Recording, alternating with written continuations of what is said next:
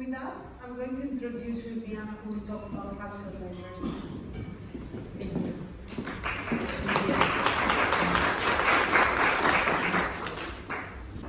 So when people ask me if I ever experienced a cultural shock, or where I experienced a cultural shock, or where I found cultural differences, I always mention my experience in Finland. Because the first time I went to Finland for a conference, I planned to go there a few days before, so to spend the weekend in Finland, enjoy Helsinki, and then join the conference. And when I was there, I realized how Mediterranean I was. And I'm from Italy, but I'm from the north of Italy, so I'm from the mountains. So we don't actually feel Mediterranean when we are in Italy. But there, because my experience in Helsinki was that everything was so technologically advanced, there was social distance even before COVID, and I didn't have any kind of human interaction at the hotel, in the coffee shop, at the restaurants, because everything I could really do by myself, and there were really no people to talk or interact with in all the things that I did, because I really couldn't do everything by myself with the app, with the QR code, etc. So on one side I was surprised by all the efficiency. On the other side, when I finally joined the conference, I was like, finally, I can have some human interaction, even if like forced and framed by the conference. And Ian here is one of the members of our networking and working group. He also shared his personal experience when one of the time he moved to Malta and started working with colleagues, and everything was fine during the week, but then during weekend, they disappeared. They enjoyed it, probably then they came back on Monday and they talked about everything that they did over the weekend, and it was like, why they did not invite me? Like they know me, everything seems fine during weekdays, so what's the problem? And he always told them, I don't buy, what's the problem? So it was so frustrating. And they explained to them that in Malta, weekend is for family. And so if you're kind of not part of the family, they don't feel or they don't think that it's good to ask you out to join the family. Also because the idea is that you have your own family you want to spend the weekend with. So what I want to tell you with these two short stories.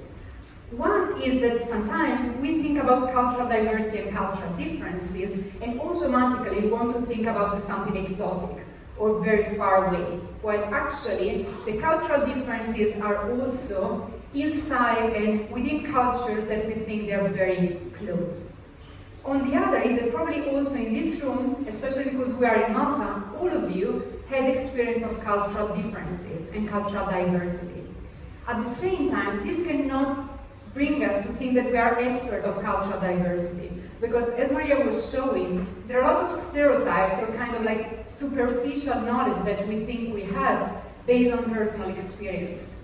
But also, when we discuss cultural diversity, we need knowledge, we have data, we have research. So we know also that there are tools and strategies, and so we cannot improvise, or we don't want to improvise, because even if we're starting from something and want to do something with a good intention, maybe again, if we don't have the right tools, the right knowledge, we can also make mistakes. And I always say when I do training, there's no common sense across cultures. So if you think we will do this because it's common sense, your common sense is different from my common sense, from someone else's common sense, so there's not actually a real common sense across culture. So, my name is Viviana Premazzi. I am an intercultural trainer, so I help companies and organizations and individuals to work effectively across cultures. I'm here as a spokesperson of the Cultural Diversity Group.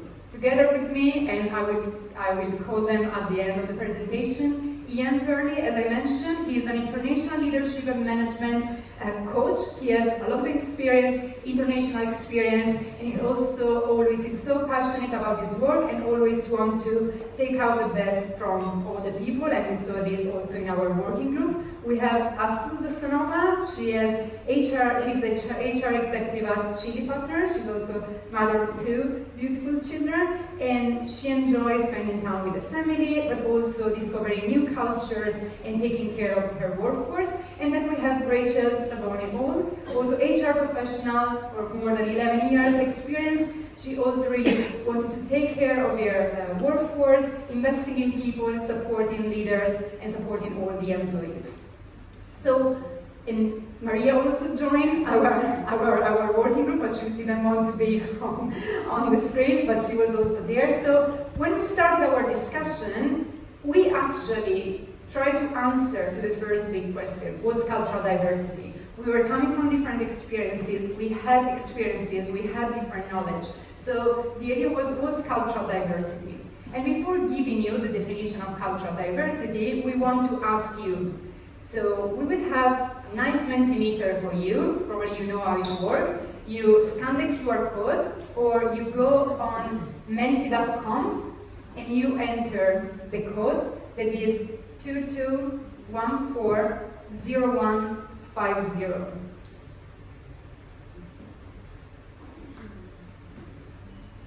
Okay, perfect, you are there. So what is cultural diversity? According to you, can be maybe a theoretical definition that you have, maybe it's an experience, maybe just one word that for you is what it means, cultural diversity. Okay, they are coming. Geographical way of thinking, different ways of living, upbringing, lifestyles, richness, a cocktail of experiences, communities, nationalities, religions, belief, international, local unity, belonging, different mindset, togetherness, individual experiences, upbringing. If you know how it works, the words that gain the more consensus, they're a little bit bigger. So here we see upbringing, for sure, togetherness, interesting. This is, we hope it's the result of cultural diversity, then togetherness and feeling of belonging. Acceptance, embracing language, nationalities. Don't really know. Okay, we're all here for learning. Thank you. So, most of what you said is also reflect what was our definition of, or also the discussion. It was a very interesting discussion because we also started from, there are the geographical differences, but there is also the individual differences, there are the life experiences. So what we said, and using also, as was suggested by Ian, can be using a tree. We also use what is called the cultural iceberg when we describe cultures. So the idea is that the tree or the iceberg is something that you don't see, so it's not easy to see, it's where the values, the beliefs are, and then there is something that's visible. And this is where maybe you see the traditions, you see the languages, you see the more visible differences.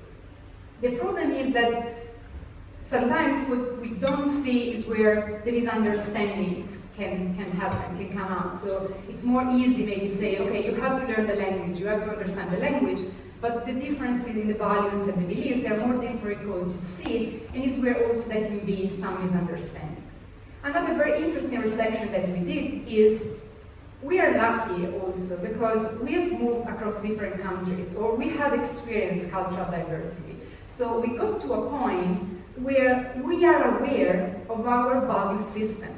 So we know what are our values, and we also know, so we came to a point to say that I'm not 100% Italian anymore. I don't have all the Italian values anymore. I'm not 100% Greek, or I'm not 100% the stereotypical Irish or the stereotypical Kazakh. But at the same time, we were thinking also there are people that maybe they were not so lucky to be exposed to the cultural diversity or to be able to make this reflection. And so on one side, they can be, and they are coming maybe just from their village to Malta, bringing all their culture and bringing all their visible and invisible culture. And so if we're not able to see, and they're not aware, because culture is like the water, so we don't realize we have a culture because it's something we kind of would swim in. So it's all around, we're always doing like this, and so this is what we think also everyone is doing, but actually that's not the case. And so there are people that maybe they don't have done this reflection, because again, there wasn't exposed or for many other reasons, or even if they did this they were exposed to diversity, they still want to, and they have also their own values. They don't want to be open to other values, or they want to bring in other values. And we are also maybe the same. So maybe if we are moving to a different country compared to Malta, as my experience in Finland, I realized, you know, I need human touching. I need this kind of interaction. So we realize also in the encounter with cultural diversity who we are and what are our values. And then if we want to define them like Italian values, Mediterranean values, that's another story. But is an awareness that we have about our own culture. So culture is like the water, and this is just an exercise that we do. We're not doing it here, but I use this picture because I told you culture is like water, and cultural experts, they use actually this picture to show to different group of like employees or people working in different companies, and the results was that based on your culture, that is your upbringing, your education system, your experiences, you see this picture in a different way. You see more first the background and then the fish, or you see first the fish and then the background, or you pay more attention to the details or less attention to details. And it's not only the picture. Thinking about the workplace, this means that you have people that based on their upbringing, based on their culture, based on their life experiences, they're more focused on details, or they're more focused on the whole picture. And this is reflected on the leadership style, the management style, etc., etc. So it's something that we have to pay attention, because if we don't pay attention, we don't see how it's actually impacted our workplace. So why cultural diversity? That was the other question we tried to reflect and address. Because there are companies that they are already culturally diverse, but there are also companies that maybe they are at the beginning, they want to become culturally diverse, they don't know if they want, maybe they are forced to. So, and the why is actually very important, because the why is we want to expand to one new different market, so we want to expand to Nigeria, and so what also we want to develop in terms of skills are more cross-cultural skills. So we need to understand that culture in Nigeria because we want to launch a product there, so that's the cultural diversity we are bringing in because it's part of the strategy of the company. Or like it's happening a lot in Malta, we don't have the technical skills, so we bring in cultural diversity, and so we have multicultural teams, and this requires what is called intercultural skills. So working in a team that is made by one Italian, one Maltese, one Finnish, one from UK, one from Pakistan, one from India, so it's a totally different multicultural environment that you want to work together and blend together. So your why is extremely important. And unfortunately, companies, they don't have time to think about their why because they have like shorter skills, so they bring on people, and then they have this cultural diversity that they enjoy because they have cultural diversity day, but at the same time, then there are some issues underneath that they are actually able to see and manage. So your why is very important. So why you want or why you have cultural diversity, what's your cultural diversity, so that you are able then to manage your cultural diversity. We also discuss the challenges, because we can be here and say, oh, it's beautiful, like Malta is a beautiful country, there are different nationalities, cultures, everyone with their own upbringing, but at the same time, there are many challenges. And on purpose, I put as the last point language and cultural barriers, because yeah, this is a challenge, but then what are our challenges when facing cultural diversity? As then Rachel pointed out in one of our discussions, it was like, is the fear of change, is the fear of the unknown. So what's cultural diversity force you to do is facing something that you don't know, and then can force you to change. And as human beings, we are resistant to change, so we don't want to change if we can. The status quo bias is really something we probably all feel or can relate to. So it's a fear of change, it's a fear of the unknown. Is also, and I think you heard a lot of this around Malta, but not only, is also that sentiment, that feeling of resentment. Why we have to adjust to them, why they do not adjust to our culture, our organizational culture. On one side, yes, you have your organizational culture, organizational values, and so you have to stay and stick to them. There are Maltese values that you have to stick to them, but the resentment can be also overcome by what is called global dexterity. That is, you still are authentic to yourself, but you also move toward cultural mediation, to reconcile some cultural dilemmas, to also understand what's your values the other people are coming from, and what are your values, and where you can find and build this bridge. And then one challenge is improvisation, so we try, we see, and we do what we can. And then also, I think it's very important, cultural diversity brings you to reflect on your values. And it's a forced reflection, so before you were in an homogeneous culture, and so you were fine, you didn't have to think about your values, but now actually you have to. And we've seen also all around Europe now we have values that have become more also, let's say, nationalist values, but this is also a reaction. So, and sometimes you feel, oh, they are more family oriented. They are more spiritually oriented, and so you feel that you could be something else, but then you're afraid to change. So how you can benefit from this cultural diversity without like having this fear of the unknown? And then of course we couldn't do not reflect on the opportunities of cultural diversity, and among the opportunities of course is developing a global mindset, so a mindset that is open, is curious, it can really use all the skills, the curiosity and the experience to enjoy even when you travel now to another country, because maybe now you have more friends in India, in Pakistan, in Sweden, so the world is also becoming smaller because you have a bigger family and a global mindset. It's bringing, of course, there are many studies on this, like different perspectives, they can bring innovation, they can bring creativity. Of course, not without the challenges. So first you have to create this environment where everyone can really contribute, and so bringing in the diversity and the innovation and the creativity.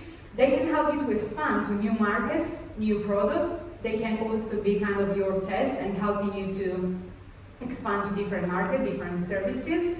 It helps you to abandon an ethnocentric worldview or a Western-centric or a Maltese-centric, so it's really open up to see that there are other perspectives, other values, other lifestyles. And then for companies, and this is one of the, let's say, key takeaway, and also something that we discuss a lot, we want to be companies, we think that it's important that companies become a learning community. So we're not there again pointing their fingers, you are this generation or you are this culture, or they do like this, they do like that, but how we can become a learning community when we learn from each other and we learn how to develop together. And it's not only empathy, the word we use in culture is, in cultural diversity, is perspective taking. How I can see the world from your perspective. And it's not only the cultural differences, it's also understanding the power relationship. It's also understanding all the discrimination you suffer. It's also understanding all the different layers of the intersectionality of the person in front of you. And then it's also, if you're culturally diverse, it's also now favor reputation and talent attraction. So one last point, as a kind of also call to action, are you ready to take and work on your cultural diversity? So start with why you want to become culturally diverse, or if you are culturally diverse, why you are culturally diverse. Be curious, be aware of the complexity, and sometimes, and also recently at a conference, there was then this always like us versus them, where you put all of them together, and we really need to get over this mentality. It's not us versus them. There are a lot of individuals with different upbringing, different experiences, different value systems, and this is what cultural diversity is. But also know we're all humans, because if we think we're all humans, you really don't see the diversity and the differences, and you underestimate them. Be ready to have uncomfortable conversation. I know this is something, it seems a buzzword in the diversity and inclusion topic, but when you work across cultures, you have to be ready to have uncomfortable conversation. I had students from India, and it told me that they are totally fine with arranged marriage because their parents are the one that they love them, and they are the one that for sure that we do the better choice for them. And you can be shocked, you can be surprised, but it's also true, like your parents love you, and so yeah, probably they want the best for you. So it's really a matter of trying to be ready to have this uncomfortable conversation. Understanding similarities and differences, train your people in what you need, cross-cultural skills, cultural intelligence, intercultural skills, what you need and how you want to train them. And then, again, it's a buzzword, but I really believe in this. To avoid the improvisation, you need policies and you need plan. You can put everything under your diversity and inclusion policy, and that's fine, but maybe you also want to have something specific, you want to have a roadmap when you work on the different dimension of diversity, but you have to have a plan that is also in line with your business strategy. Otherwise, it's kind of like voluntary work or HR work, and then like no one is doing it. So have a plan, have a roadmap, and have something also related to your business strategy. Thank you, and now I call here, they want to come, like Ian, us, and Rachel also, yes? Thank you, so we can take some questions.